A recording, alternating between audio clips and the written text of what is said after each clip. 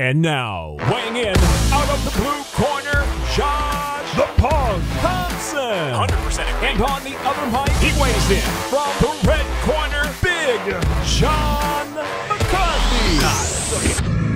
Well, hello and welcome. I hope you had a fantastic Memorial Day weekend. It is time to start talking about fights, though. That's why my man Josh Thompson is sitting there looking all educated with his glasses on, getting ready to talk and spew a bunch of nonsense. What's up, dude? It's going to take a lot more than these glasses to make me feel educated, my friend. Oh, man. I'm pumped, man. I'm pumped for this week. You've got this good little UFC fight in the main event with Carvalho and Amir Albazi. Should be good. I mean, I think Carvalho got his hands full, but we're going to see. But, John, how was your Memorial Day weekend, my friend? Yeah, it was called work. Just work. You really got to tell Miss McCarthy to give you a day off. There is no days off. It's ridiculous. It has nothing. Dude, you live on a farm. There's stuff to do. It doesn't matter if it's a holiday or not. You got to get it done and stuff. So shoveling cow shit and all that stuff, all the good stuff in life, baby. Gosh, man. John, I have this. You will not believe. Have you ever been around cows a lot? Yeah, they smell. No, they don't. Yes, smell. they do. And their shit dirty smells. Cows, man. Their shits can smell. That's true. Their shits can smell. I'll tell you, it's funny because I have five cows, and they're all different sizes. And I got this one. I call her Patty because she's going to be Hamburger because she's a pain in the ass. Wow. Oh, geez. Is she a big one? Oh, she's big. Oh. She is freaking huge, and she is mean. She's just a nasty disposition bitch. But that freaking cow can shit. Josh, I'm telling you, each one's about at least 25 pounds. It's unbelievable. Is that why you call her Patty? Because she makes big patties? Big shit No, patties? I call her Patty because she's going to be a hamburger patty soon, man. Oh, man. I thought it was a big shit patty. Oh. Nope. John, I have this thing. I don't know if people, I want to know if this happens to you guys in the comment sections, just comment down below. I don't ever really bite my tongue, but I have for some weird way. Wait. How all of a sudden you come up with, I don't really bite my tongue? When you bite your tongue. Is that like an expression or No. actually biting your tongue? Actually biting your tongue. Do you bite this? Like, have you ever, when you're eating food, you bite like the side of your tongue? Yep. Yeah, most people do, right? I mean, like when I was younger, I used to bite the side of my tongue. Something's happened, like I got Invisalign a long time ago. Something's happened. But something's happened now, John, where I bite the underneath part of my tongue. Like the little vein that connects in my tongue. I for some reason, I don't bite the sides of my tongue anymore. I bite underneath it. It's fucking so painful. And I don't know how or why, but it happens all the time. And it sucks. I wasn't sure if you've ever done that. I wasn't sure if you've ever done that. Not biting underneath my fucking tongue. How do you do that? That's weird. It's almost impossible. I know. I can assure you, it's very possible. What the hell are you doing with your tongue? I don't even know what it is, John. I don't know how, but all of a sudden I started biting like the little vein part underneath my tongue, and it fucking hurts. It's like a real pinch. Like where you bite the side of your tongue, you can taste the flesh a little bit when you bite your tongue. Yeah. But when I get the underneath part, it's like a pinch. It's a really painful pinch. Anyways. Well, I'm sure it's painful. Oh, it's disgusting. I hate it, man. I absolutely hate it. But outside of that, I gotta send Dave some stuff here. Okay. Because I'm going to talk about this because this is definitely bad juju. Bad juju. Bad juju. You can send it to me while Josh rants on about his tongue. Yeah, exactly. Yeah. Wow. What's going on his tongue? Well, I'm feeling betrayed by both of you guys right now. No sympathy for me. No. I'm listening. I am listening about you biting the underside of your tongue, which makes you, as we would call, special. We didn't talk about that. So there is what I got to wake up to in North Carolina, you bunch of criminal bastards.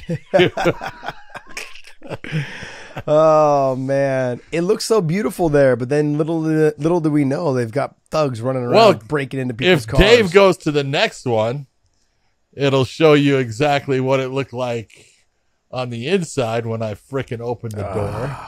Oh, yeah, that's looking really good. Jeez. Yep. Now, and then I'll give you the next one of this is me driving home. Yeah, I'm just I'm waiting for it to send right now. A classy ride. so when is the window supposed to come in? Because you have to order it through the company. Yeah, I get it in 2 days. See, I'll go get it taken care of. That's what happened with my car too. You were there in San Jose. Someone tried to break into my car. A Home Depot box. That was my window coming home. Jeez. 7 hours. Jeez. Yeah, that sucks. I'm sorry. It sucks. It ain't your fault. I know, but it kind of was my fault. It's like, so we we drove up to Raleigh instead of being down by Fort Bragg for the last night to visit one of my friends who happened to be one of my sponsors, and Oak Grove Technologies. And so we met up with him for have dinner. Nice dinner, good company, got to socialize a little bit. But then John wakes up the next morning to this thing here. I had left at like 4 a.m, I think. I think my flight was at like 6, so I had to leave at like 4:30. Yep. Yeah, man, just man, what a shit. And then Elaine, Miss McCarthy sends me a text, goes, "Hey, John's fucking truck got broken into." I was like, shit. It's like I feel bad because it's like we went up there to have dinner with someone that I was friends with, and this shit happens. That's not. Did you break my window? No, I did not. It's not your fault. No, but next time you get out of hand, I might. You break my window, you're gonna wish you didn't, because it was when as soon as I walked out, and I go get the side of my vehicle that I'm walking to, it's fine. It's obviously on the opposite side, and I freaking hit the automatic door, and I open it up and went, mother, and immediately I'm pissed, and then I'm like, all right, get unpissed because there's no one here for you to hit. Yeah, I can't do anything. It's like, all right, well, just it is what it is. They didn't steal really anything. They stole, because you had a drone that was in there that was worth $1,000 or so, like a nice drone. And they didn't steal that. There was other things in there they could have taken. Some Bose headphones. They were just sitting right there. Yep, but that's because they found something, and then they were looking. Oh man! But I think the alarm. I think the alarm probably scared them away. They just as fast as they possibly could grab whatever they saw. I don't know. They grabbed a magazine. I had a magazine. You gotta leave those smut magazines at home, man. Not that kind of magazine, you stupid. I know. Look, when you're on the road, man, you got to travel with what you got. Smut magazines work for me. Yeah. No. Miss McCarthy and I are into that. Wait till she hears this podcast. It's going to be great. I'm in trouble She's again. Like, damn you, John. I get hit all the time. I'm used to it. Yeah, I don't know. It's just I've got the biting of the tongue underneath. We've got the breaking of the car. Memorial Day weekend. I had a good weekend. Good time with some friends that I hadn't seen in a long time. Got together. One of my friends and these 3 boys. They have a daughter too. But then the 3 boys and then the daughter, they all used to train with me. So I became really good close friends with their dad and their mom, and their father passed away just recently, right around the time Anthony Johnson passed away. And I had like a month of just shit with just friends, and it was horrible. But it was his 3 boys. They all have a birthday in May, so they celebrated it all together. And at their house, it was good to see all the whole crew back together, see the kids, and it's been a little bit. So, but it was good to see all the kids. Kids are doing well. Very, very. The youngest daughter, she's got a scholarship playing softball at one of the local high schools here, and the middle brother is plays for the little league World Series type baseball. He's really good. His team's really damn good. And then the older brother goes to Chapman University down in LA area. So good family, good kids. Yep, Orange County. I used to work at Chapman University. Did you? I did. It's a really nice school. I don't even want to say how I got the job. I was working for a company. It was called JNS. They would do street painting and do parking lots and do like the big cement, bumpers that you park up next to.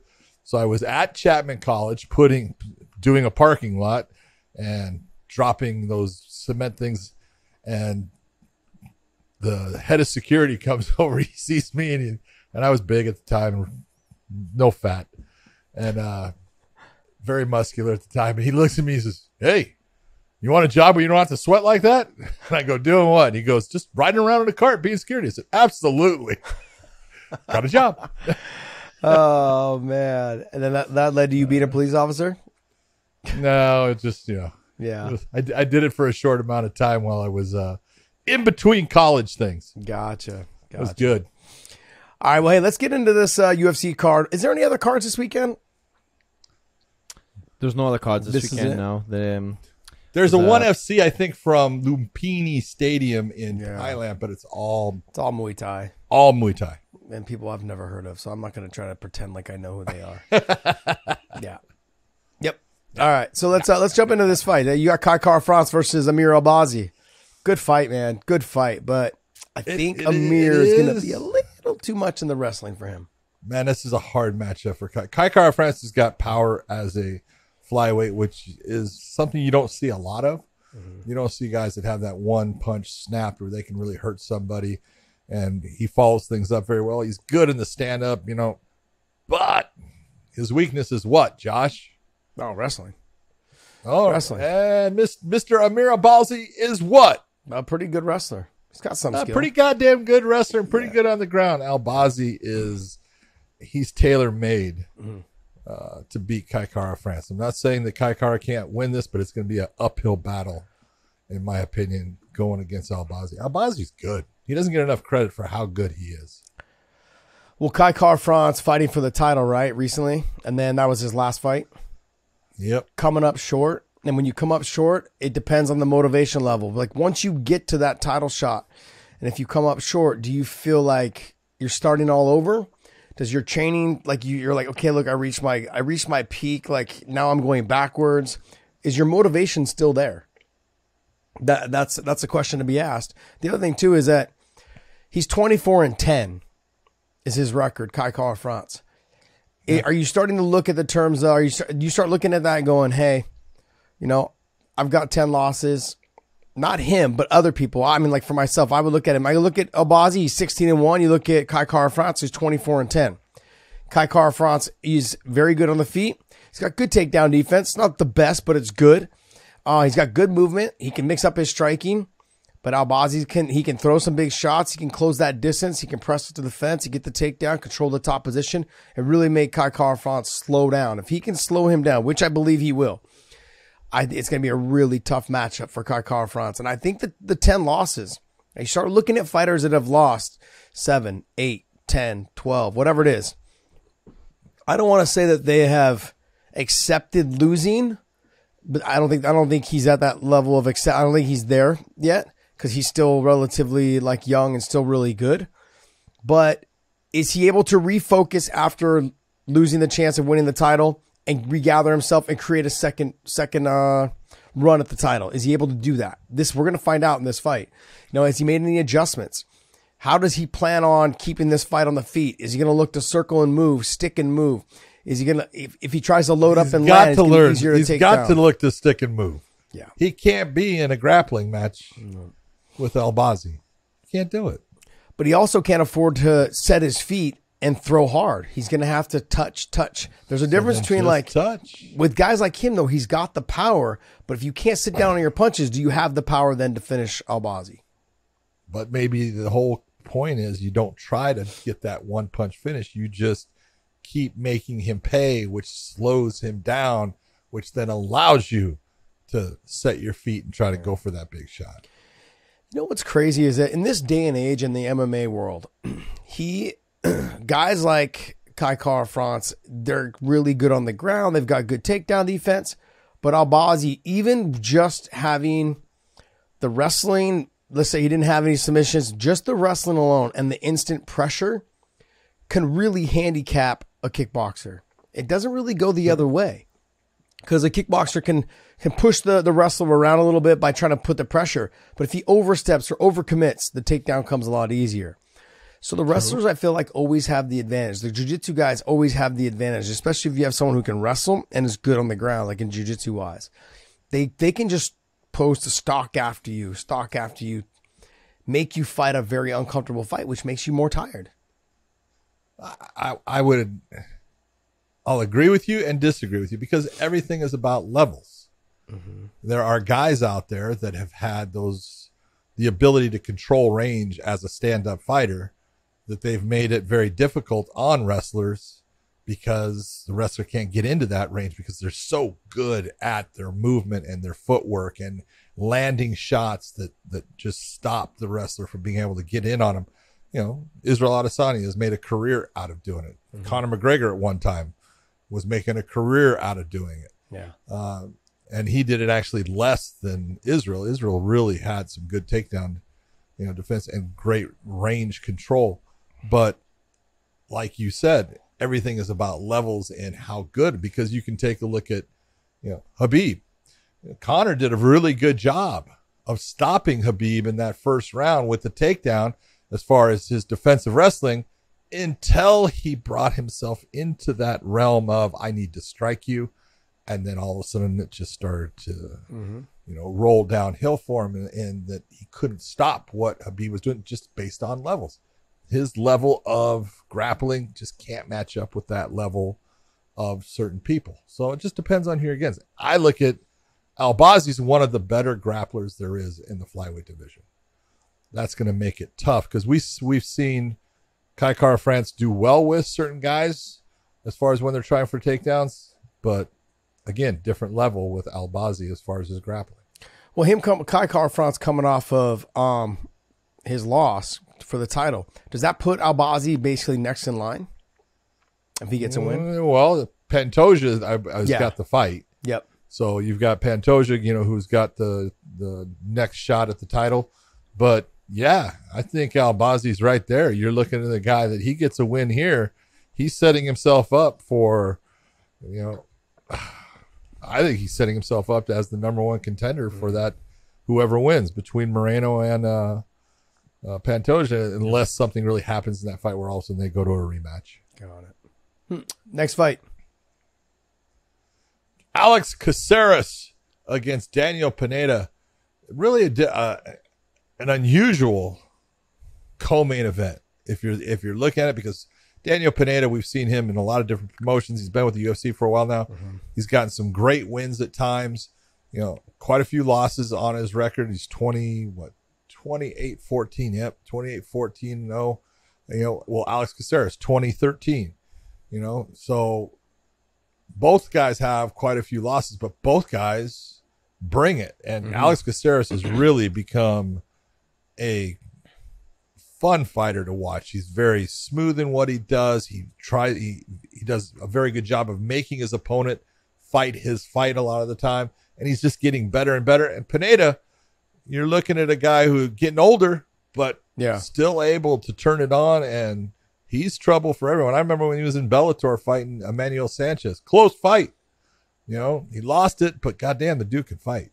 Yeah, Caceres is really kind of coming to his own as of recently. So he just seems like he's a lot more comfortable taking the fight anywhere, being on the ground, being on the feet. His style of stand-up has really kind of shaped itself where he understands how to keep the range, keep the distance. You talk about range control, though. Man, now he's really got it. He's doing a great job. So, but the fight that I'm interested in, though, is Jim Miller versus Jared Gordon. Good fight. Should be a good fight, because I think Jim, getting older in age, though, still has the power, but still really good all the way around. And I think he's going to do something that Patty couldn't do. He's going to go out there and dominate the fight. I think Jim's going to go out there and be able to push on him, kind of utilize all his tools, whether it's wrestling, whether it's striking, whatever it is. Jared, I think, is still, I don't want to say he's like kind of not living, but there's been so much talk about that fight with him and Patty that that's still kind of in the mind. Like when he shows up for the press week this week, probably they're going to be talking about that. Well, what about Patty? No, they're going to be talking about the headbutt with Bobby Green. That's true as well. I forgot about that. That's true. I forgot about that. Yeah. Was his fight before that was Patty Pimblett. Yeah. Then you got Bobby Green, the headbutt. Yep. But this fight, though, is I think they're going to be talking about everything else but Jim Miller. And that could be a distraction. I think that could be a distraction. That could be like, hey, I'm not focused. Everyone's talking to me about all these other things but my opponent. And Jim Miller is he is the guy that is just always a professional. He stays focused on the guy who's in front of him, and that's what he wants to do. All he sees is that person and what they're good at and how I got to beat him. I think Jim's going to have an opportunity to really get this win. I'm rooting for the old guy. I look at it. There's a lot of similarities in their styles. I think on the feet, they're very close. Jared throws a little bit more towards the looping as far as the looping shots that he throws and stuff like that. But he'll stand in and throw. Jim will stand and throw. It really is going to depend upon who gets in the top position. The one thing about Jim Miller that we've seen in the last, couple years of his career is he's tended to come out strong in the first round and then lose either the second round or the second and third round or, something like that. So is it that he's getting more tired? Is it, he's having to work harder?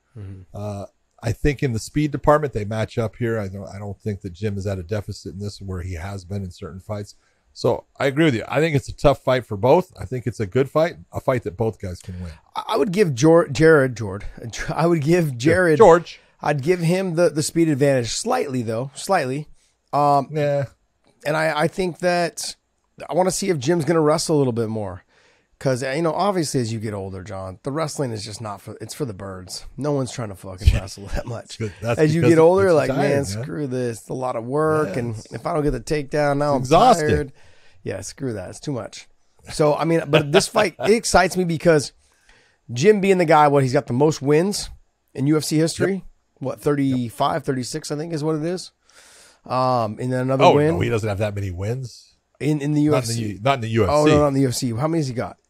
That's what he has overall. Oh, got it. 1, 2, 3. He's got a bunch. It's got to be 23, something like that. He's a stud. You have to keep on going. Just keep on going. He's got so many crazy, damn fights right? in the UFC. He's got more fights than anybody. Maybe that's what it was that I was thinking of. I thought he has the most wins because it was supposed to be him and Cowboy that had the most fights and most wins in the UFC. 41, I counted. 41? 41 fights in the UFC. 41 wins. 41 wins in the UFC. He can't have 41 wins. He got 35 wins. Sorry. Yes, 41 fights. Let me tell you how many wins. Sorry about that. Okay, 41 fights in the UFC. Yeah, I'm like, wow. Wow. That's 1, 2, freaking 3. crazy. Hey, count to yourself, buddy. Don't count with us. That is. Think about nuts. that. 41 fights in the UFC itself. What a career that man's had. He's amazing. That's crazy. And when you look at him, though, still doing it. 24. 24. But 24 wins. When you look at him, you don't think like, like he doesn't have the body of a Greek god. You know what I mean?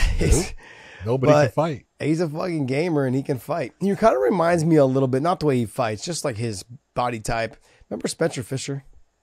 Oh, yeah. Kind of reminds me of him a little bit. Just the gritty, tough-nosed dog. Just would love to fight. Just, he loved it. Jim Miller kind of reminds me of him. Spencer Fisher was a fucking animal, man. Hopefully he doesn't have some of the problems that Spencer's had. Yeah, I know. Spencer, I remember his flying knee knockout of, who did Spencer knock out with that flying knee? Go ahead and say it. Who was it? It was a guy I didn't really get along with. You didn't get along with Matt Wyman? No. But that's who it was. Yeah, it was Matt Wyman. Yeah, I don't know what it was. What fight? Oh, I don't know. Shit, John. UFC 60. Jeez. I was already out of the UFC by then. How do I do that? Because you're so old. Like, I'm so old, I shouldn't have the memory like that. No, but you were at all these damn events. Sam Stubb, man, he's got some big fights. That was Matt Wyman's first event in the UFC. Was it?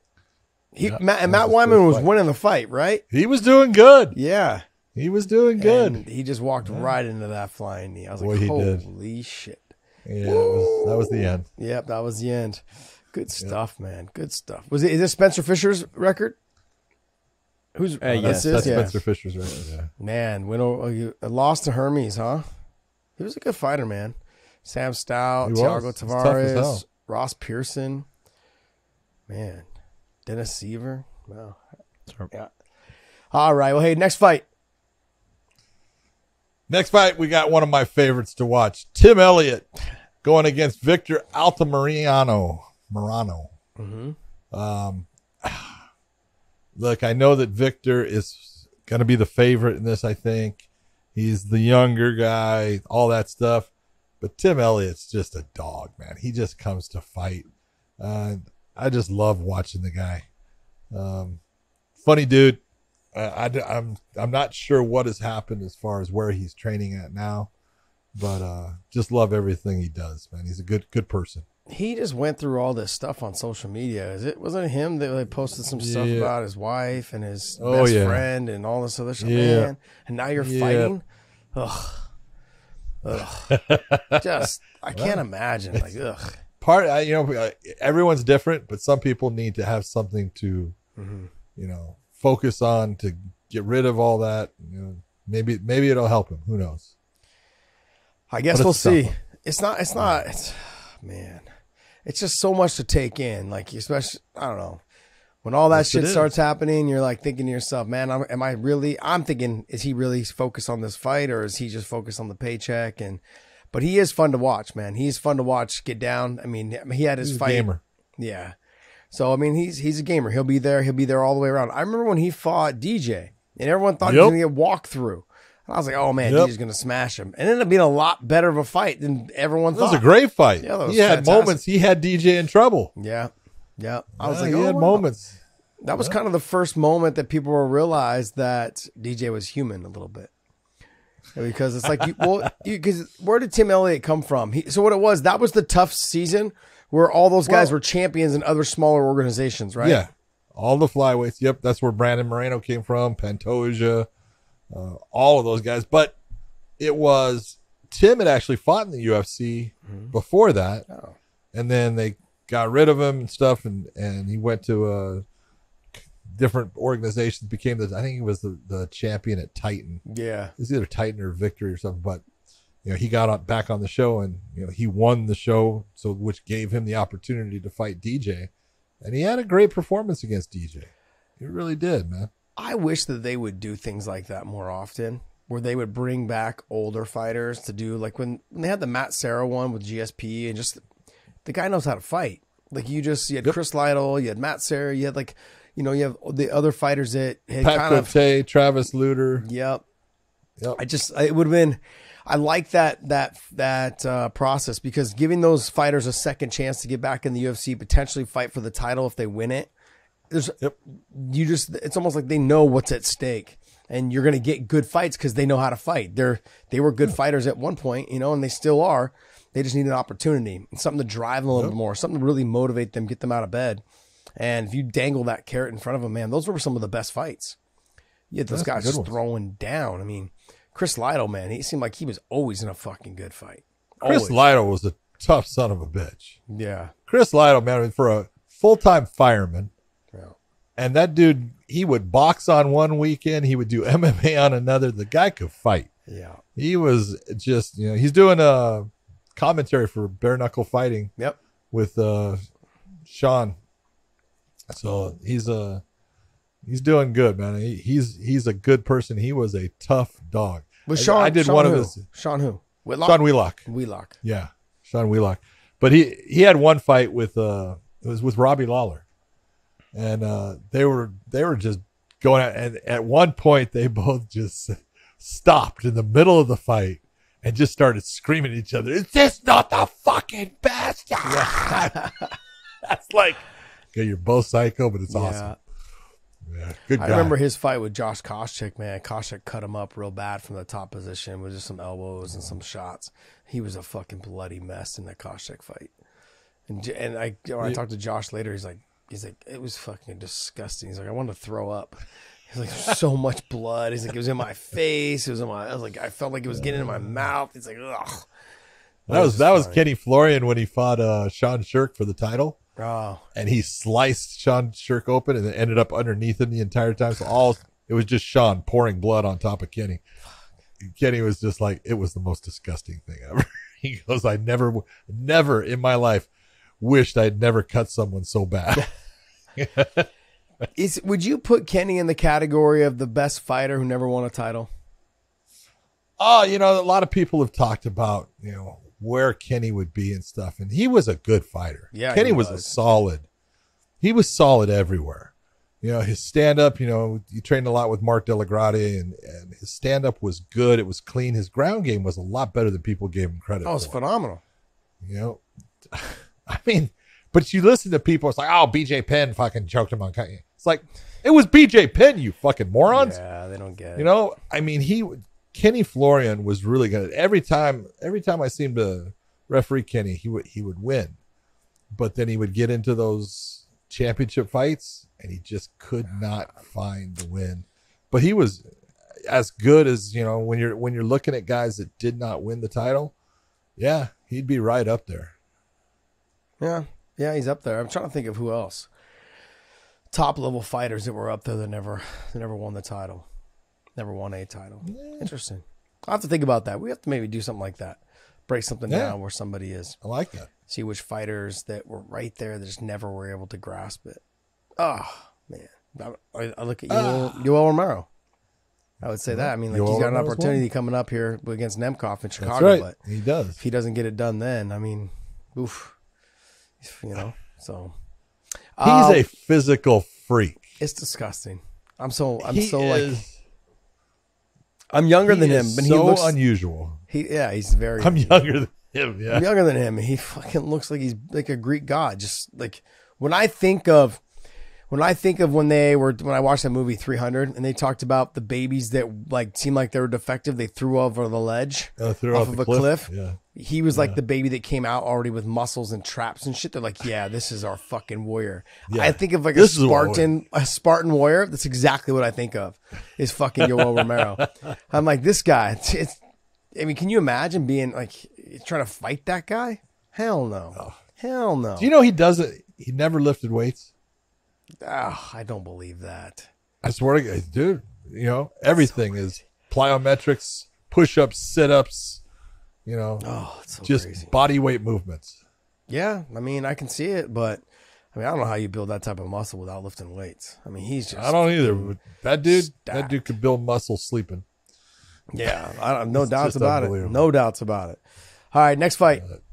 All right, we have Karine Silva against Caitlin Souza. Flyweight matchup. It's a good matchup, but where does it go with this? Because where does each one actually fit into the flyweight division right now? Yeah. I mean, I'm going to talk more about my boy Abu Bakr, who's fighting. I knew you were going to talk about Abu Bakr. Hey, man, there's certain fights that I want to see. I don't know anything about his opponent. Do you know anything about Dos Santos? Zaleski Dos Santos? I don't know anything about him, to be honest. He's good.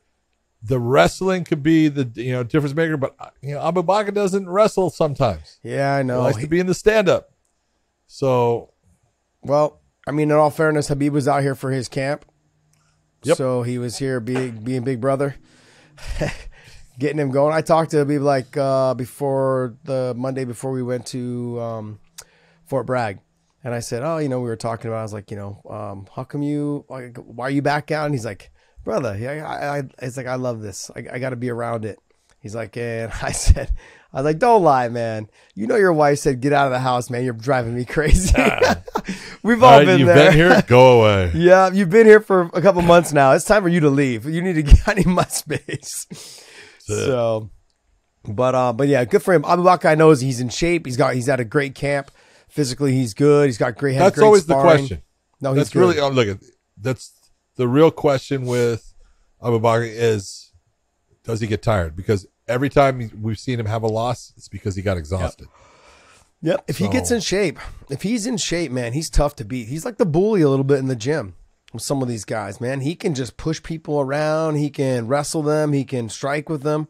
He's got power in his hands. He will take a shot to give a shot. He's a dog, man. He's someone that will. He can fight. I just want him to have a question of when you take a look at all of them. You looked at Khabib. Khabib was always in shape. Mm-hmm. The only time I ever saw him, get tired in a fight was actually the Conor fight, where he took the third round off after beating on him big time in the second round. Should have been a 10-8 round, right? The second round, it was 10-8 with a knockdown. Did a lot of nice work. But you take a look at Usman. Dude's always in shape. You take a look at Umar, always in shape. The only time I will say that Islam, always in shape, but he did look tired at the end of his Volkanovski fight. I think he cuts too much weight. You look it was the weight cut. There's no doubt. And it was the amount of time that he had to recover from the weight because it was different, with the time they gave him. So that had a huge impact on it. But all those guys, it's the one thing you never, ever question is their conditioning.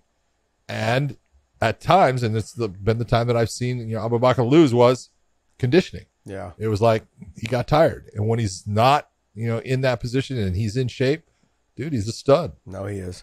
He's a stud. I think he's going to be in phenomenal shape for this fight. He seemed like he was in good shape. I seen him spar. I seen him look good. So I'm looking forward to seeing him see what he does. Just because you're in shape in the gym, it doesn't mean it always translates out into the cage. Some guys, they put too much pressure on themselves. Some guys let the anxiety, but the adrenaline dump get to them. They don't sometimes work through it. They don't take their deep breaths. They don't step back. Sometimes they fight at a pace that they can't really keep up with. But he's got, honestly, since he came into AKA and where he's at now, he's matured so much as an athlete, as a fighter, understanding what needs to happen, what needs to go on. But he's a phenomenal fighter, man. I'm looking forward to seeing him. Next fight. Yep.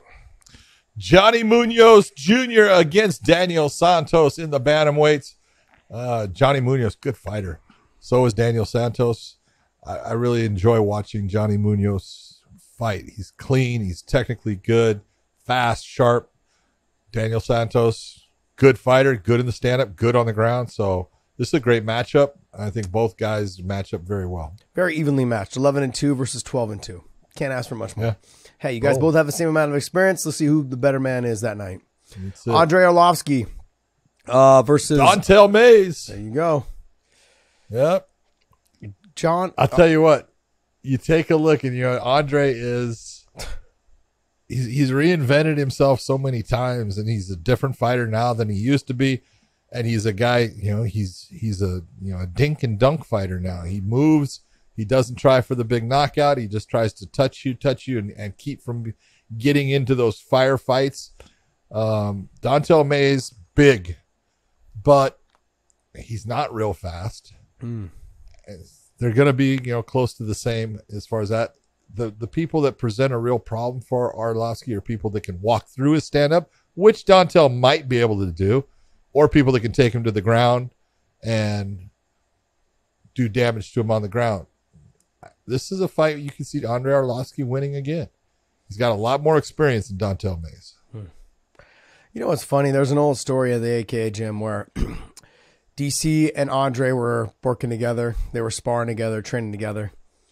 And I watched the whole thing happen, and he goes, he's got double unders on DC, Andre does. And this is like right after he had kind of like a fight or two after he had lost the title, and he had come and trained with us for a while, and it was just hilarious to watch him, the way that him and DC would fuck with each other, the way that they would get on each other.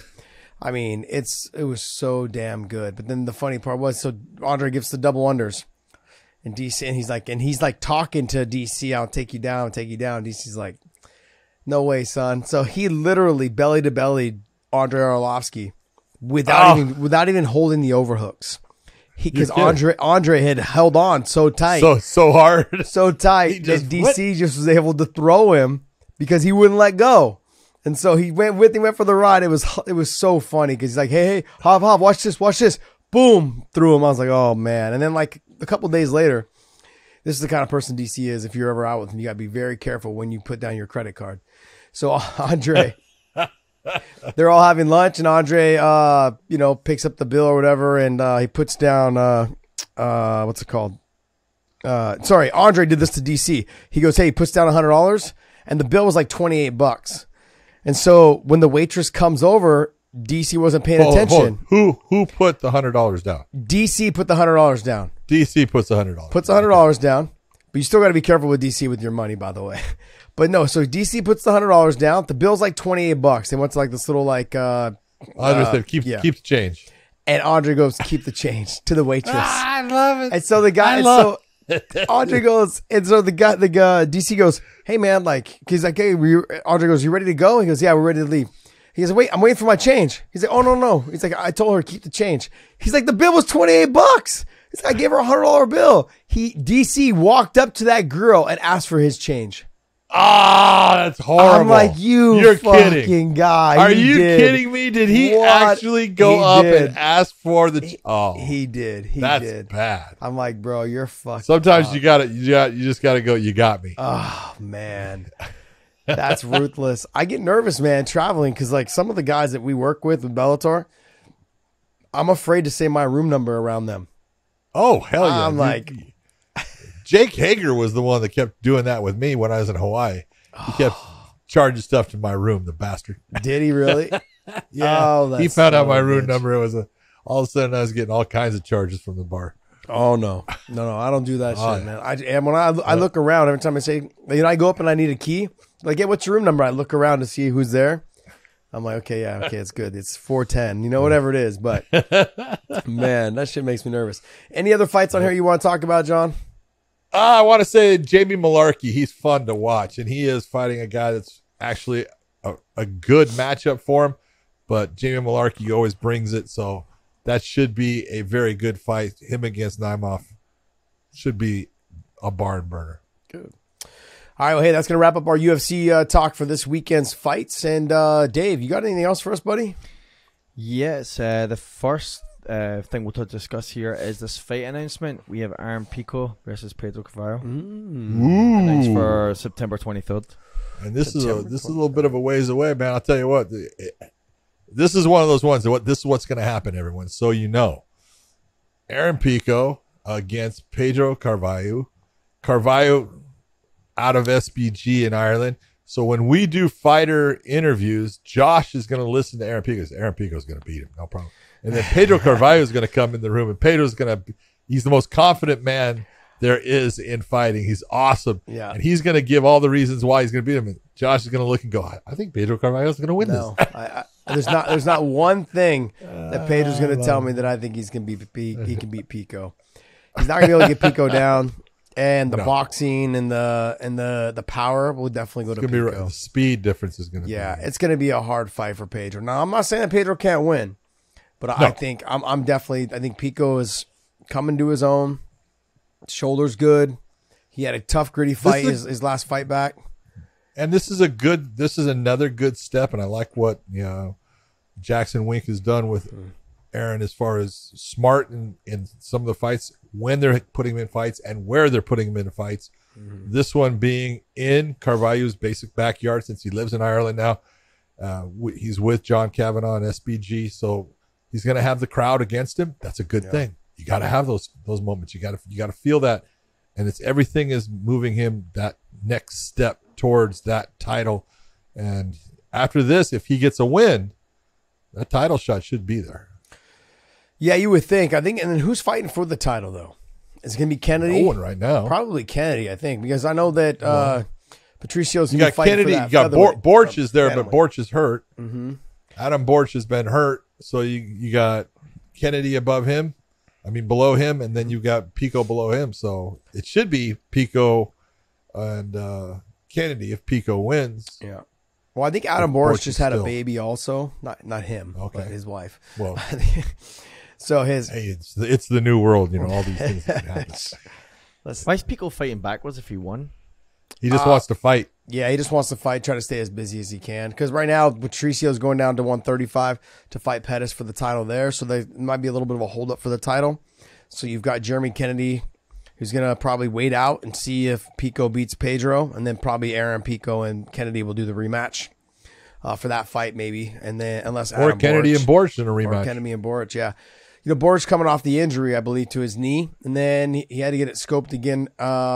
So that's finally coming back around. Plus, he just had a baby. So I think he's probably just getting settled back into training full time, feeling healthy, feeling good. But he also wants to probably spend a little bit of time at home now with the little one. So be a support mechanism for his wife. Good for him, man. Good on him. Happy for him. I'm looking forward to it. I think Aaron just wants to be as busy as he possibly can. Before we move on, though, let's go ahead and go to onlyfans.com/WayneIn. Hey, guys, I want to take a different approach on this OnlyFans thing.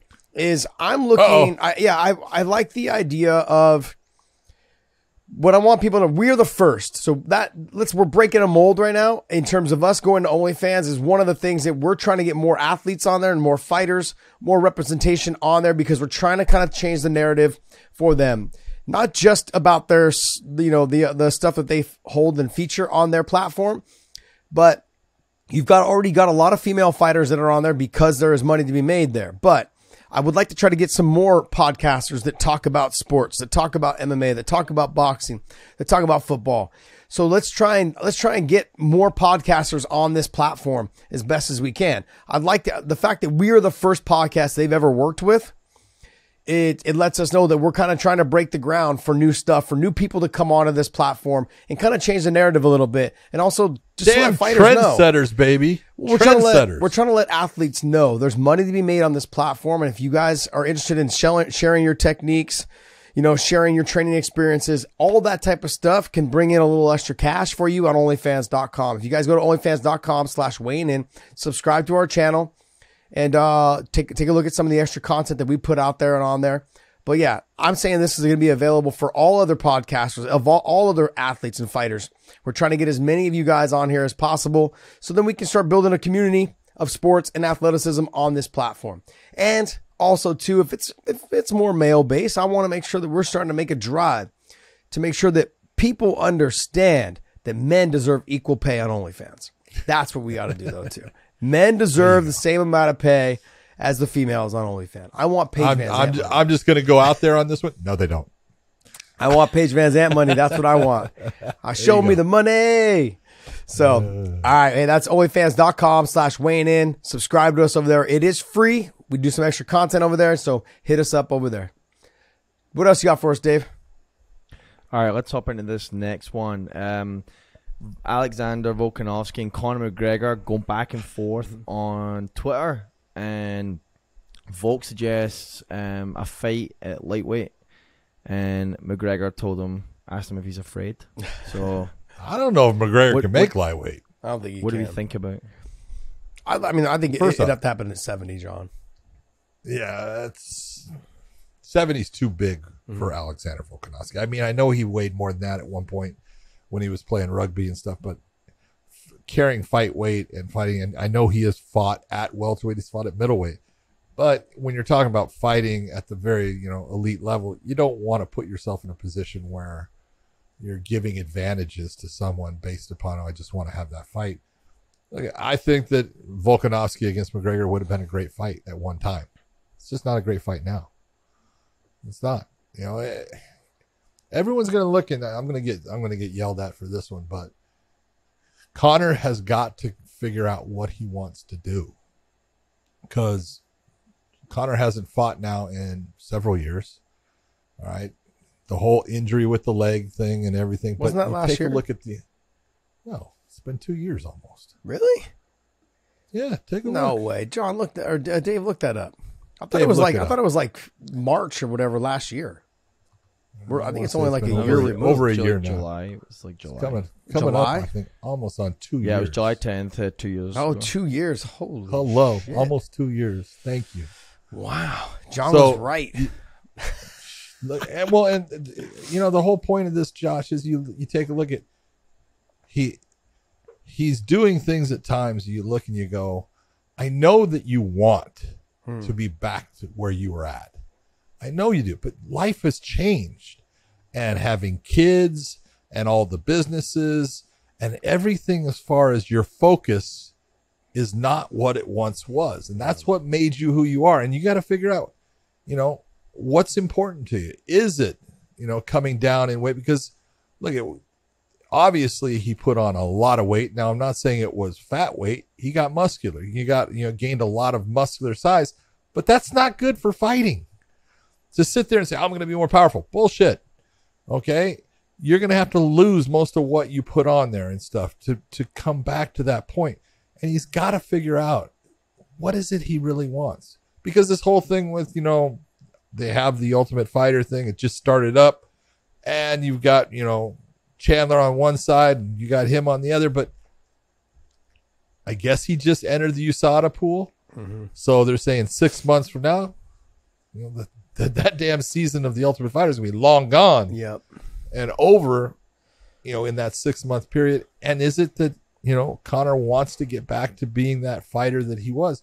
It's not going to be an easy thing for him to do because he's a different person. Yeah, he's so far removed from the sport. It's not even the sport's passed him up. He doesn't even seem interested anymore.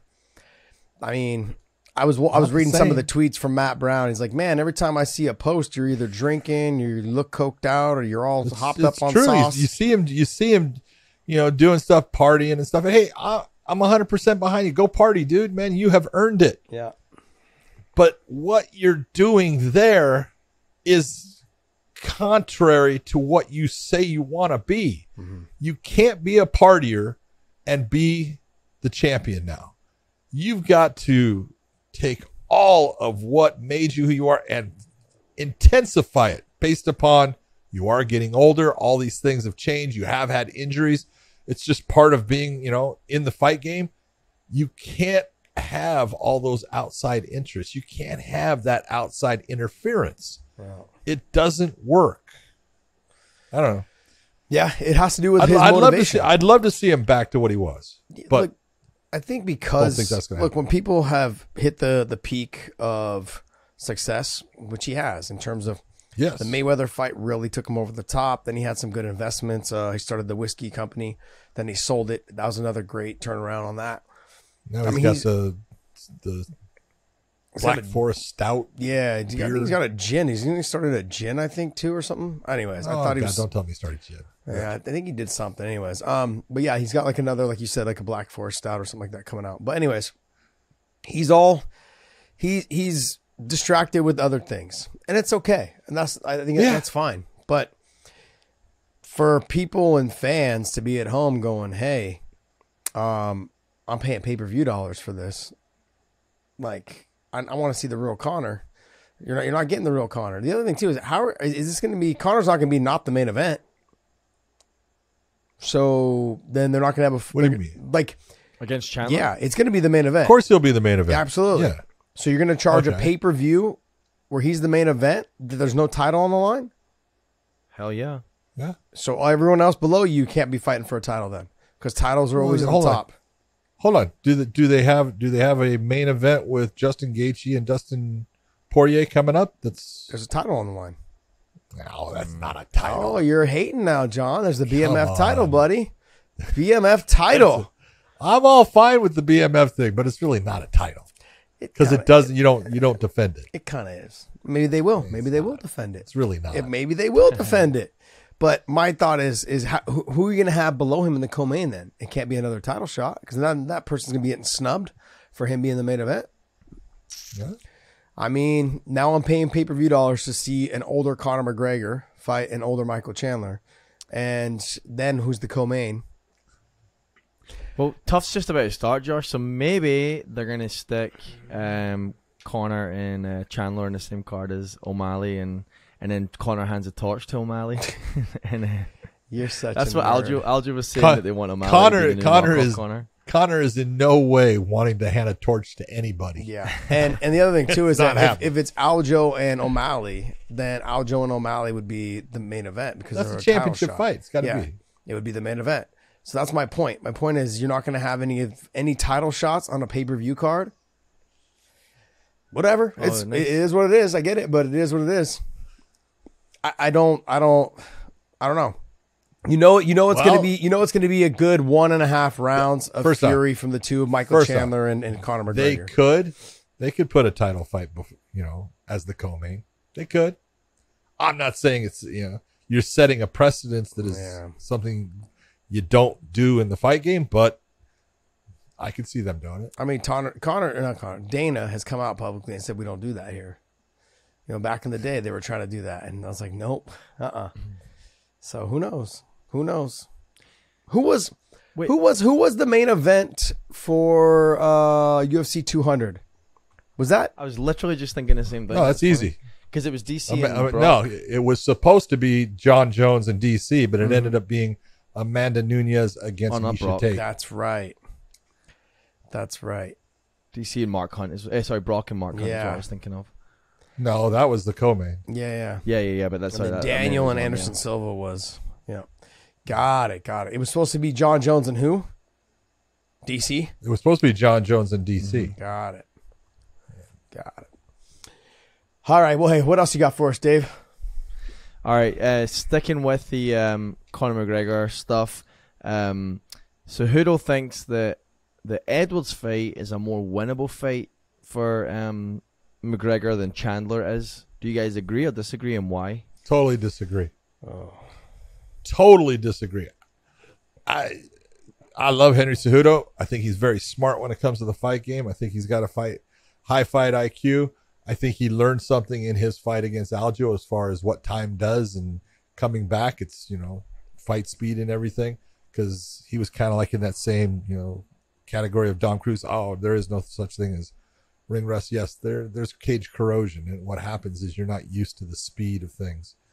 But in my opinion, and it's just my opinion, doesn't mean shit, but Michael Chandler is tailor-made for Conor McGregor, even if Conor's not the Conor he was of the past, because Michael Chandler comes straight in, straight out. He doesn't use a whole lot of difference in angles. He eats shots to try to give his shots, all the things that make Conor salivate. Okay, now, can Michael out-wrestle Conor? Yes. Will Michael out-wrestle Conor? No, because we've seen that Michael Chandler is into being an exciting fighter, which he is. But that doesn't make him a smart fighter in some of these fights, because he's more into being entertaining and putting on great performances than he is into getting the win. If he wants to win against Conor McGregor, he should be wrestling the whole time. Make it to where Conor's arms get heavy. Make it to where Conor cannot, stop the takedown. Take him down. Abuse him on the ground. Let him get back up at the end of the round and then start it all over again the next round. But that's not what's going to happen. And if you put Leon Edwards against Conor now, look, this is the difference. Length, Leon Edwards has an advantage. Speed, Leon Edwards has an advantage. Everything that Conor was good at, Leon Edwards is good at. Range control, all those things.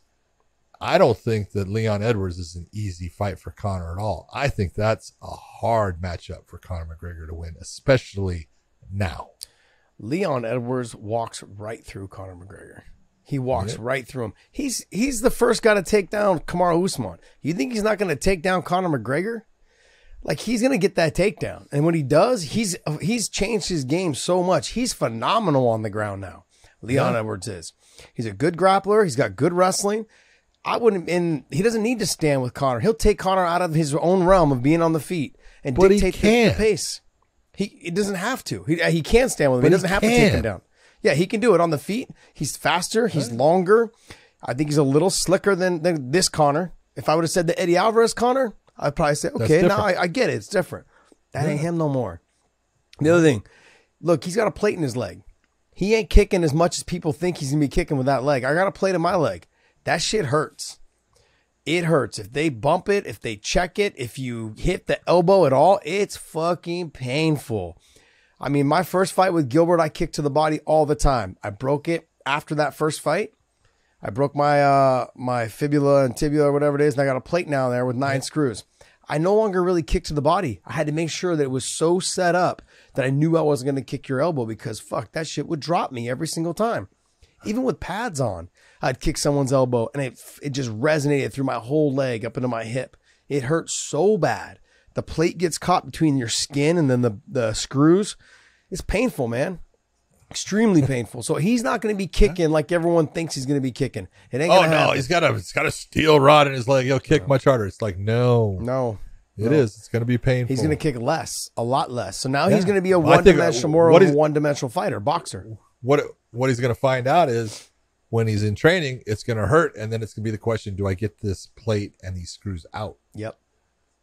I left mine in, which I wish I would have had him taken out. I just didn't want to waste the time because I was getting older at the time. That's it. It was more time. You're in your prime. I was in my prime when that happened. I was like 30 years old or whatever, 29, 30 years old. And then I broke it. And I'm like, do I really want to wait You know, another 6 months before I can start training again. I've already waited 16 months to be able to kick with it. So yeah, it was a lot, man. It's a lot. So he won't be kicking as much. Probably won't be moving as much. You know, he's going to be back down to just being a boxer. Now he's going to have to work on his wrestling a lot. You know, Chandler, I think Chandler will wrestle a little bit. As much as we talk about Chandler being a low fight IQ fighter, I think in this fight, because I think he understands a win over Conor is a lot more important than having a loss to Conor and being exciting. A win will set his precedent for him to get to the next level of pay, the next level of competition, whatever it is. He'll be able to start kind of calling his shots a little bit more amongst the media and all those things. One thing I've learned about Michael Chandler, he's a fucking attention whore. Like, he loves fucking the media. He loves it. And so one of those, when you have a guy like him, he'll make up all, he's a little bit, he's a salesman. That's what he is. He will do whatever it takes, I think, to win this fight. I think he's going to take this a little bit more serious. I think he will wrestle a little bit more. But can he get out of the first round and a half? Both these guys, they're not known for their cardio. You know, Michael Chandler's a dog. He can fight the full 5 rounds at a fucking real fast pace. But he needs his breaks in there because he loads up on everything. He doesn't fight smart. He exudes energy when he shouldn't, when he should take a step back and dial it in, deep breaths, and then push the pace. He doesn't do those things. I think in this fight, you're going to see him be a little bit more patient with certain things. He's going to come out hard and aggressive. I think Conor's going to come out hard and aggressive. But I look at this fight and I go, I think he's going to end up trying to utilize some of that wrestling because he knows that if I get this win, I can kind of write the rest of my ticket. You know, he'll be doing talk shows. He'll be doing more media stuff. It'll be a big deal to him. They'll start bringing him more probably into the fold with the ESPN commentary stuff. They're going to start doing. Now they've got something they can piggyback off of. That's what I think. I think he understands what the writing on the one. Yeah, he's got some work to do on that, by the way. Wow. So I didn't know this was I knew I could sense this. My big John senses kicked in. There was a co-main title fight here on the Conor Nate Diaz won. It was Holly and Misha for the title, and that was co-main to their non-title fight. Got it. So I just wanted to throw that out there. It has happened, and they can do it with a Conor card. There you go. They will do it with a Conor card. Possibly. So possibly. That's it. All right. Next story here. Belal Muhammad wants to start embracing the heel role, or says he is willing to start embracing the heel role. Given all the fan backlash, and he's tried so hard just to kind of push to be the face. So, what do you guys think about this? Should he or should he not? He's 36 years old, John. You have nowhere else to go, buddy. Embrace the heel roll. Get it going right now as fast and as hard as you possibly can. You're not getting any love outside of that. I love watching you fight, especially in your last couple fights where he's changed the way he's fighting. He's not just wrestling you now. He's really letting the hands go, striking, mixing up the wrestling, the top pressure, all of those things. He's doing a great job. He was just out here at AKA training also last week before heading out to Vegas. He's a good fighter. He's a really good fighter. He's really come into his own as of recently, and I think that he's going to have a good chance of beating Leon Edwards if he fights him. But he's got to get there first. I think they're going to make him fight another fight in between before they get him to the title shot. Yep. I look at it this way. Embrace being the heel. Who cares? Belal, let me make this as simple as I can for you. 0 fucks. That's what you should be giving about what people think, okay? You are fighting right now at the best you've ever. You're at the top level of the sport. You're 1 fight away, if not right next to that title opportunity. Man, if you want to be the heel, be the heel. Who cares? Go out and make people hate you, because it's real simple. Those people that hate you will pay money to watch you get beat. Yeah. And when you don't give them what they want, they're just going to come back the next time to try again. And you're going to make the money off of it. Give 0 fucks what people care about. Being the heel, no big deal. Here's the negative thing about being the heel, and I've said this for the longest time. When you're the heel, you actually are putting more pressure on yourself to win. Because, I've said all these things. I've done all these things. That people want to dislike you, so you play into it.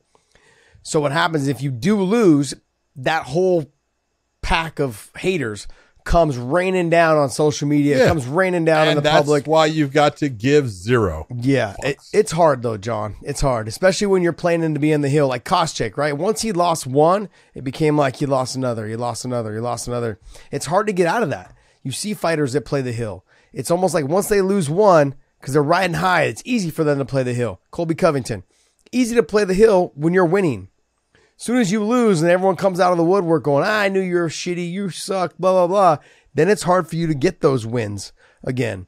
I think Colby, though, there's been some definite examples of guys that were heels that people ended up loving. Bisping was a heel. Everyone hated Bisping. He had a whole country behind him, though. The difference is he had a whole country behind him, John. Yeah, but still, man, he would walk into an arena and people would boo.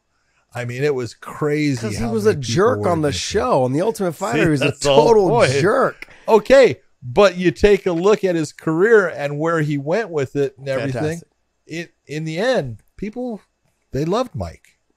Look at what he's doing now. Well, that's because people, they love Mike. But look, I've said it for the longest time. He had a whole country behind him, which means it didn't matter what he did, his country still backed him, which we don't have that really in the States, to be honest. You get U.S. fighters, it's rare that they're going to follow their guy. They're going to follow whoever's popular. That's the U.S. kind of mindset. The American fans, that's what they do. They'll follow what's hot, what's new, what's recent, like those type of things.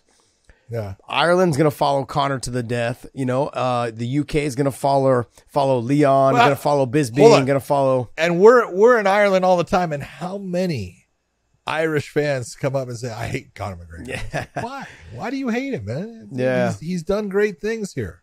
Yeah, he's done a lot of good to bring to the spotlight to Ireland. Yeah. But he's also helped pave the way for some of the younger guys. You got, James Gallagher. Peter Queally was able to make another run, because of the things that he has done. You got good fighters out of there. And SPG is John Kavanaugh's doing a good job with the group of guys that he has there. Good fighters. What else you got for us? All right, we'll wrap up in this last one here. Nunes saying that Aldana's more dangerous than Juliana Pena. True or false, and why? I don't know. Both. It's true and false because Irene Aldana is much better in the stand-up than Pena. As far as she's sharper, she got more power. But she's not as good on the ground as Juliana Pena. So she's not as good a wrestler. If you watched Amanda Nunes when she fought Germaine Durandamy, that's the kind of fight she's going to try to fight against Aldana. She's a smart fighter. She's going to put her opponents where they're weakest. And she wants to put Aldana on the ground, on her back, and just wear her out with her superiority in grappling. If she is fighting someone's a good grappler, she's going to keep it on the feet. Look, Amanda is a smart fighter. She knows exactly, where she has advantages in this fight. And so you look and say, is Aldana more dangerous? In the stand-up, she is. On the ground, she's not. She's in that stage of her career where she's kind of reached a peak and a high. She's got 2 titles, 2 different weight classes. She's beat who many thought was, or is, or whatever the GOAT, in terms of how she beat Cyborg. Those are all things like anything after that. It just seems kind of like you're just doing it for the money. There's not a huge talent pool when it comes to the females. You have the top 5, top 6, top 7. But outside of that, every promotion that has females, they're struggling to get as many as they possibly can, especially in the upper weight classes. Now it's more of like the atom weight and the straw weight and the lighter weight classes that have more females. And so with her, she was thinking about retirement is what I heard, after her loss to Amanda Nunes. Or not Amanda Nunes, but Juliana Pena. Sorry, Juliana Pena. Well, she lost to Amanda. Amanda Nunes lost to Amanda Nunes. So Juliana Pena, she thought about retirement, but that's because going through your mind, I've already reached all the goals that I've wanted to reach. I've hit the peak. I'm fighting people I don't think that are on my level, and it's hard to get up and motivated for those type of people. So I look at Irene's Aldana as a very good fighter, but Amanda's going to fight her very smart. I also think her stepping away from American Top Team, having her own location, her own gym, training in her own facility, doing her own thing. I think she's everything's now tailor-made around her and what's best for me. And I thought she looked great against her in her Pena rematch. I look for her to probably just carry it on. Something new. People don't realize how difficult it is to become the champion, how difficult it is to keep retaining the title, to stay the champion. But then on top of it, what motivates you every fight? You need something to motivate you. The change maybe of new mitt holder, a change maybe of a new gym, a change maybe of, my running routine, a new coach for my cardio and my muscle endurance. It's got to be something new that's constantly motivating you to get better. What's inspiring me to get to that next level? And she's going to have to keep finding that for the rest of her career because she's already achieved everything that she's wanted to achieve. True. It's going to be hard for her, I think, moving forward. Yeah. So she's one of those fighters I think could potentially just step away one day like, look, I've done it all. I'm done. Yeah. Which is surprising to me that Chris Cyborg hadn't done that yet. But I think she just understands that she's in a place where she can still make a lot of money. She still kind of has still a pretty big draw. And I think Cyborg's got a couple of things sitting there looking at her that can make her good money. It's a good fight for her. Mm-hmm. The Kayla Harrison, that fight right there. Kayla and Amanda were teammates. So that's there is that little bit in there. I'm not saying they wouldn't fight, especially now since Amanda's in her own spot. But Chris has got that Kayla Harrison thing going. So that might have something. Speaking of, who's buying Bellator? Come on, Josh. Is it the PFL? Is it somebody else? What do you think? I had someone ask me this, and this is why I bring it up. Is someone asked me, wouldn't you be happy if the PFL bought, Bellator? And I told no, I wouldn't. And it's not. Here's the reason why. We need promotions. I would love, in one way, I look and say I would love to see the PFL buy Bellator because I think that puts them in a position if they, do things right. And I think they have very smart people that are, running them right now. I think Peter Murray is super smart, understands the sporting world. They're not going to stay just with their format that they have now. They're going to open things up because they're going to have a lot more people and they're going to have the ability to match up with the UFC and be right there, in a lot of ways.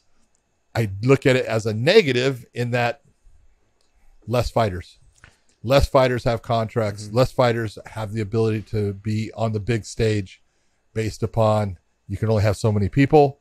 Would they keep all the fighters from Bellator? I doubt it. And they're definitely going to get rid of, Bellator as far as, they would absorb it. They would, keep the library, keep, which fighters they wanted, and the rest they would get rid of. So is it good in some ways? Good in some ways. Bad in some ways? Bad in some ways. But, who knows? But what do you think? Well, there's a couple things that I want people to understand is this roster, and I came from the Strikeforce roster. This roster at Bellator has better fighters than the Strikeforce roster did when it closed. Now everyone's like, yeah, what are you talking about? You had DC, Robbie, Luke, T. Wood, Verdum, all became champions. Yeah. You're right, they did. Okay, and I'm saying that this group of fighters, that the top 3 or 4 in Bellator, they could do the same thing. Yeah. Like you're going to tell me that Yaroslav Amosov and Johnny Eblin, Patricio picking which weight class. I just talked to him the other day. He's like, bro, my power's still there. Patchy mix for sure. Absolutely. I mean, you've got Patricio and different. Pico would have a really good shot, whether it's at 45. I mean, Pico's not a big guy. If he really wanted to kill himself and get himself down to 35, I think he'd have a really good chance.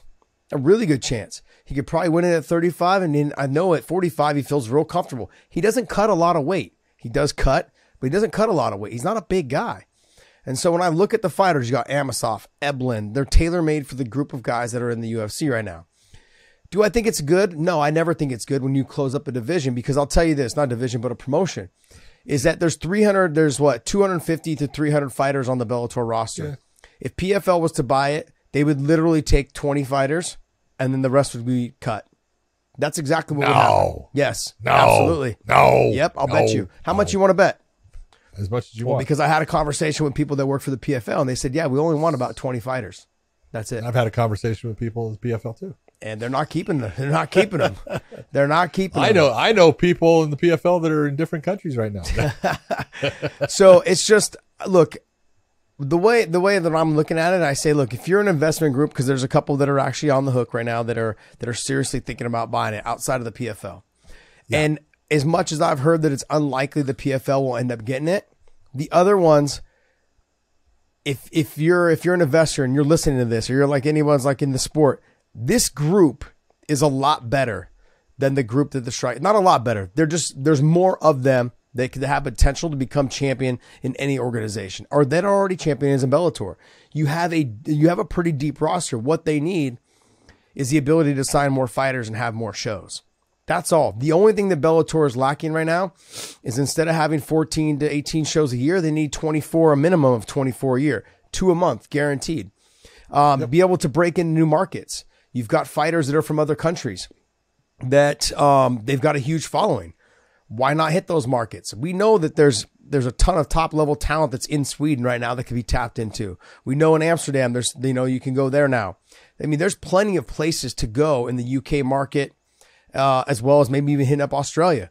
There's places that Bellator needs to try to get to, and that can happen with new investors. And we're going to see what happens, man. But I mean, I don't see a positive. I'm just being honest. I don't see a positive for the fighters and the athletes if PFL was to buy it. I don't see one, because they've made it clear they're going to keep their format. Well, those fighters, they're going to keep the format. That's a problem. They're going to keep their format. So they've made it clear they're not going to change anything. They're going to keep their PFL format which means all those fighters that come over, that's why they can't have 250 fighters or 300 fighters. Because if they do that, how are they going to put them all onto these cards? They only have 14 shows a year. They're not going to be able to do them all and still have that tournament format. You can't do it. So they're going to cut, I would say, at least 80% of those fighters. Now that puts all those fighters where? So it's a shitty situation, I think, for all the athletes more so. But if it does happen, it happens. You got to deal with it. And I think there'll be another promotion that pops up probably shortly after, because they think there's going to be a lull in the market.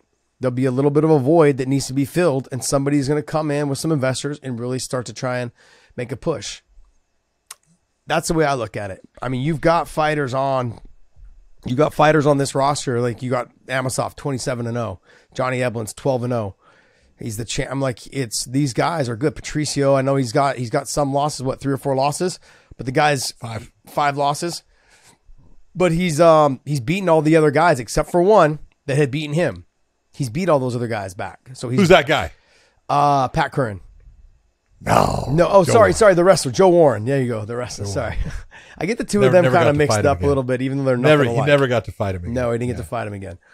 Well, you got Patricio. I think Lima going up to 85. I'm going to see how much of a benefit it is for him. I think it's going to be a lot better for him. I'm not saying he's going to become champion. He's done everything he could do. I look at Lima like I look at Amanda Nunes. He's done everything.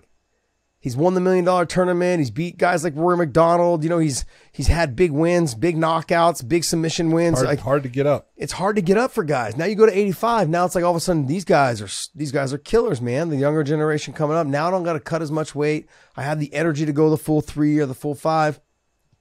I think we'll see a little bit of a resurgence in his career. Him being an 85. Now, like I said, I don't know if he's going to go to becoming the champion, but I think he's going to have a little resurgence there. So that'll be good. I look at guys like Nemkov. I mean, this is a really tough fight. Everyone's like, oh, well, Yoel couldn't win it at 85 in the UFC. Yoel cut a ton of weight, and he always slowed down in the later rounds. Now he's not cutting the weight. He's fighting at 205. You may see the best Yoel Romero at 46 or 47 years old, which is fucking mind-blowing to me. He started off as a light heavy. When he was in Strikeforce, he was a light heavy. Yeah. Who did he lose to? He lost to Fei Zhao, right? Oh, my. Yeah. Exactly. Fei Zhao, right? Knocked him out? Fei Zhao. Yep. That's so weird to me. How the fuck do you knock out his second fight with no neck? That was his second fight. Yeah. And Fei Zhao ended up being a really good fighter, and then he just kind of petered out towards the end, but he was a fantastic fighter also. Yep. I don't know, man. I think that I like the idea of a new investment group coming in, and I could tell you guys details on certain stuff, but of what's going on, but it's not my place. It's not my place to talk about it. So, there are investment groups that are interested. There's several of them, not a lot, but several of them.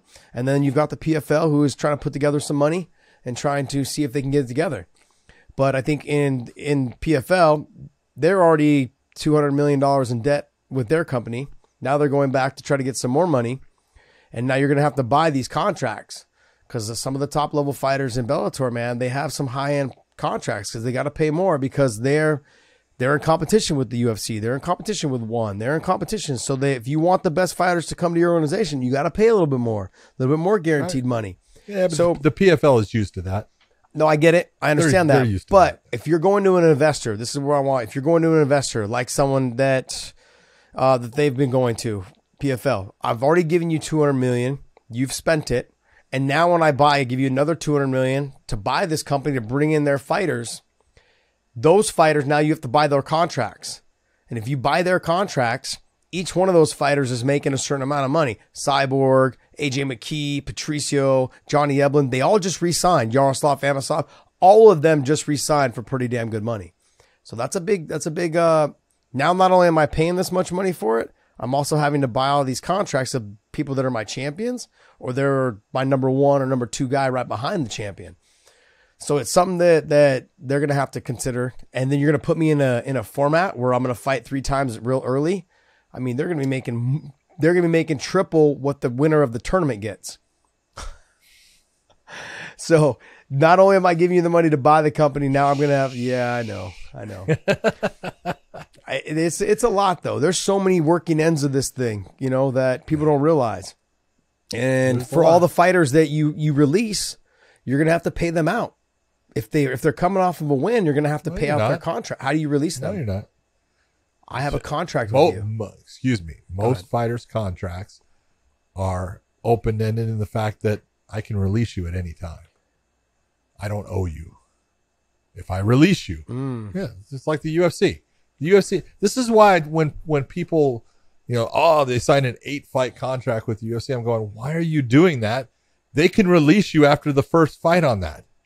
It's not like it benefits you in the fact that, you have security. You never have security. They can release you at any time. Doesn't mean they will, but they can. Really? Because my contract, even when I went back to them in 2013, whatever it was, my contract with them was only I could be released off of a loss. I couldn't be released otherwise. Now, there was that conduct thing. That was your contract. You guys. Yeah. But there was a conduct thing that they started doing where you had to sign like a personal conduct. Switched those over how many times? Yeah. I got that part. Yeah. Yep. So let me ask you this then. PFL. Hold it. You were listening, Dave? He never does. PFL is on ESPN Plus. Dana White's on record saying he respects the PFL guys. Do you see a scenario where PFL buys up Bellator's good talent, has their own solid talent, especially with Francis on there now, and ESPN can now negotiate some sort of cross promotion for ratings? Cross promotion with who? UFC and PFL. No. You don't see it? Never. No. Oh, Negative. Ain't happening. No. Guarantee. This is what I actually believe. I think as soon as if they were to buy Bellator and they were to put it on ESPN, I think that would automatically, they would look to get them off of ESPN. They would end up having to shop another network. I think them purchasing and being on ESPN, I think that Dana and ESPN will say, hey, we kept your guys' ratings up during COVID. You need to do us a favor. This company's got to go. They got to find a new platform to be on. I don't think I don't think he'd want them on ESPN anymore. That's my belief on it. Like, hey, they've worn their welcome out. Well, he's done it before. Yeah. I mean, but he's saying like, hey, I've dealt with them. I've dealt with them being on here when we realized they only got 4 or 5 really good fighters that will bring attention. And they're only doing 14 shows a year, so they're not a threat. But now you're going to sign 20 more new fighters that could potentially be their champions and raise the... They're going to sign more than that. I don't think so. Yeah, they would. Let's say they do 40. Let's say they do 40. Okay. And then after the first 15 of them or 10 of them lose, those guys are all gone. Once they lose one time, they're going to be gone.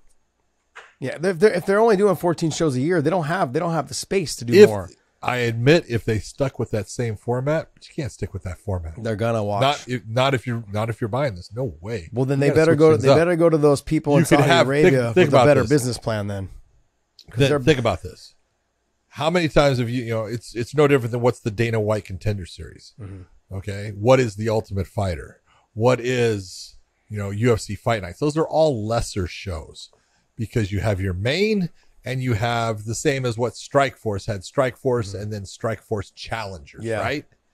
Okay. So the PFL would have their PFL tournament, but it would be their younger fighters trying to make a name and stuff like that. And then they have their PFL pay-per-view. And their PFL pay-per-view is the Francis Ngannou's, and it would be the Kayla Harris. Yes. They're never going to make it. They're smart people. Yep. They're They're smart not going people. to sit there and do 14 shows. Those smart people, though, they better come with a better business plan if you're going to Saudi Arabia looking for money. Hey, I need this much money. Well, guess what? I need a better business plan. Let's not be mistaken. Though the people in Saudi Arabia or Qatar or wherever they're getting money from, Dubai, whatever it is, they're not dumb. They didn't get there by mistake. No. They know how to invest their money. They're not fucking stupid. That's right. And so, absolutely. Look, taking a $200 million loss, they can deal with that, and whatever, trying to figure something out, see if they want to be in that business. But they can't deal with another $200 million on top of buying fighters' contracts and everything else. So it'll be interesting to see. I mean, let me ask you, why would they buy Bellator? Why would they want to buy Bellator? Not for 20 people. No. I agreed, not for 20, because why wouldn't you just offer those 20 people good contracts when their contracts come up? If it's just 20, so why would they? And they're not buying Bellator for a library of fighters that they don't have. Well, you can't offer a fighter a contract while they're under contract with someone. You can't talk to them. You get sued. Well, no, I mean like when their contracts. But then come fighters up. Will always like how Dana does it. You try to sign them the year before their fight contract comes up, so you don't have to deal with free market. Before they have their last fight. Yeah. So then you never get an opportunity to talk to the fighter. So then why are they buying Bellator? Why would they want to buy Bellator? Because they don't have any good fighters at PFL. They've got like a handful. So they're looking for more action. They're trying to bring in more talent that can feed the fuel to them. I mean, look, I've said this over recently. I'm like, I've got a lot of respect for Ray Brother Cooper III. They've got a couple, they've got a handful, Brandon Loughnane.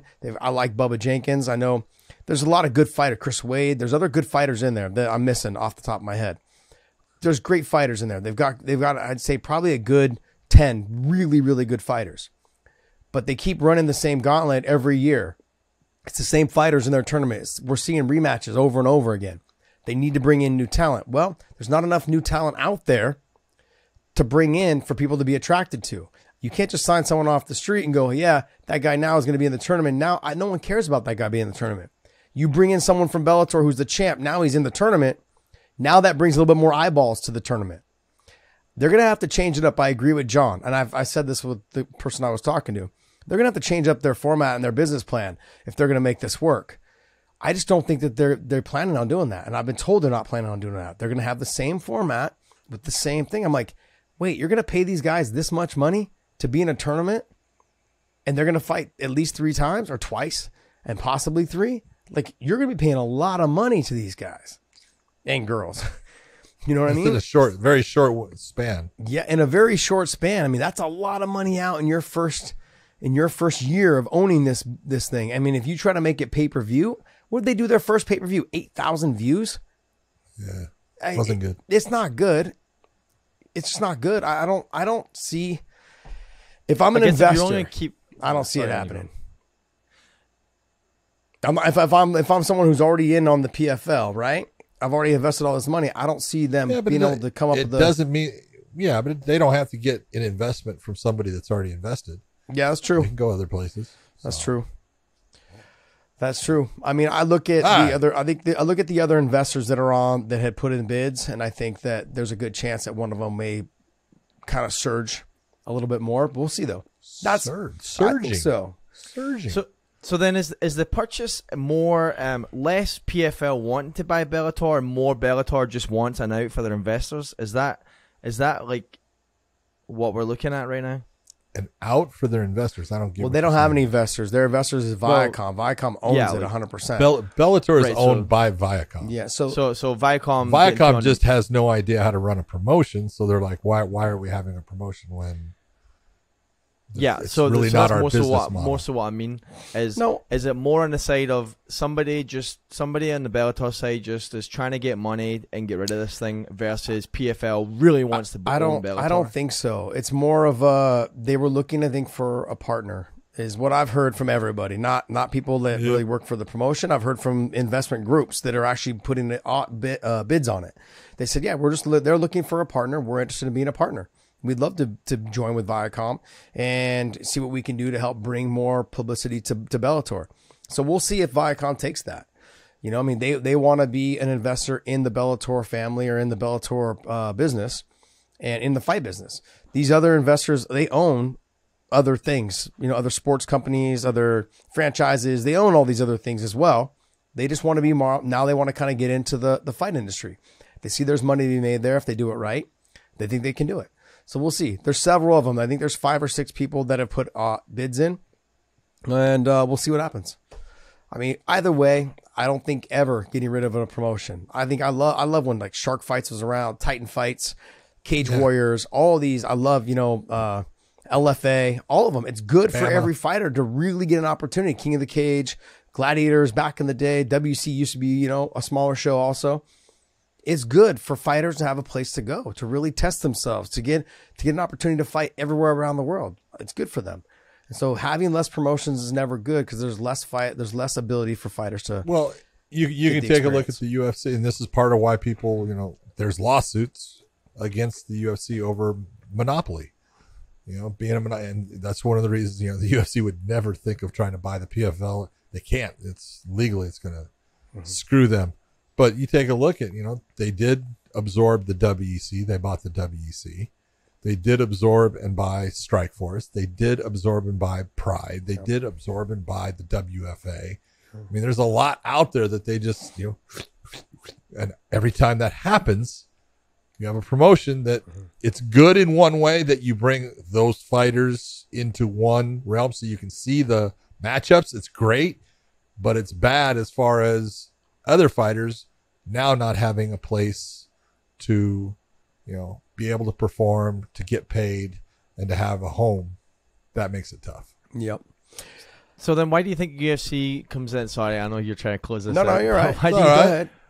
Why do you think if Bellator is so up for sale, right? Then why if the UFC bought up all those companies 10 years ago, why do you think there's no interest from them to pick up the talent that's over there? Because there's some talent for them that's worth keeping. No, there's no, look, they would love to have the talent. They would love to be able to absorb the talent from Bellator. And the video library They is way have more lucrative. lawsuits going against right them now. right now that are about them being a monopoly. If they bought Bellator, they're paying out the lawsuit. Yeah.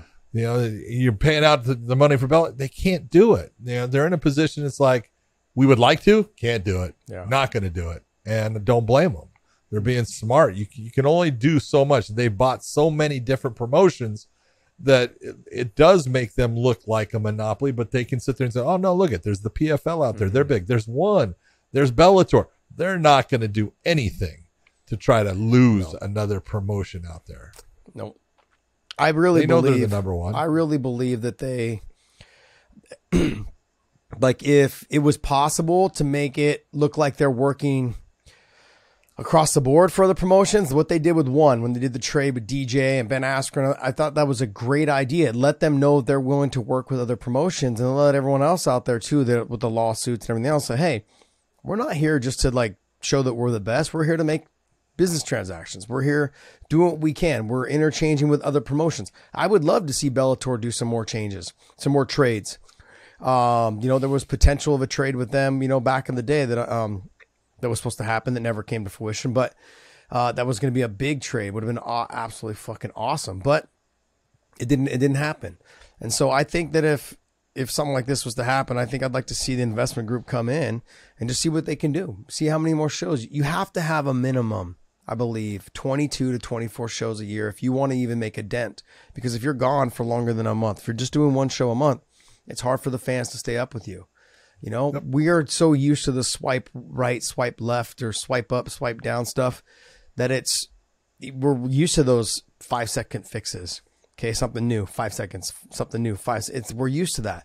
So if I don't see the fighters on a platform at least twice a month, then people just start to lose interest. That's why it's hard. Yeah, they forget. People's memory is very short term. So, all right, guys. Well, hey, that's going to wrap up our show today. We got weighingInMerch.com. Got some of our short sleeve shirts that are out there right now. So we got to also get some hats that are available. You guys can keep your face protected from the sun with our hats, and check it all out at weighingInMerch.com. And John, take us away, bud. For everyone out there, hope you have a fantastic rest of the week. Watch the fights on Saturday. There should be actually some good fights that we just talked about. And for everyone out there, hope you had a great Memorial Day weekend, and we will see you.